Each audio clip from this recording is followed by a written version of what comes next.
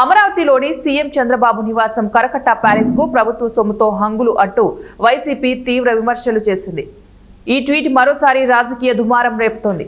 ఇటీవల ఈ నివాసం మరమ్మతులు, సదుపాయాల అభివృద్ధి కోసం ప్రభుత్వం 1.21 కోట్ల రూపాయలు కేటాయిస్తూ 2 జీవోలు విడుదల చేసింది. అందులో 95 లక్షలు, 36 లక్షలు వేర్వేరుగా మంజూరు చేశారు. వీటిలో అత్యవసర మరమ్మతులకు 50 లక్షలు, శానిటేషన్, నీటి సరఫరా పనులకు 20 లక్షలు, వంటశాల సదుపాయాలకు 16.50 లక్షలు, చెదల నివారణ చర్యలకు 19.5 లక్షలు కేటాయించినట్లు ఉత్తర్వులలో పేర్కొన్నారు. ఇప్పటికే గతంలో కరకట్ట ప్యాలెస్ సౌకర్యాల కోసం ప్రభుత్వం 1.44 కోట్ల రూపాయలు ఖర్చు చేసింది. ఇప్పుడు మరోసారి నిధులు విడుదల చేయడం రాజకీయ వర్గాల్లో చర్చనీయాంశంగా మారింది.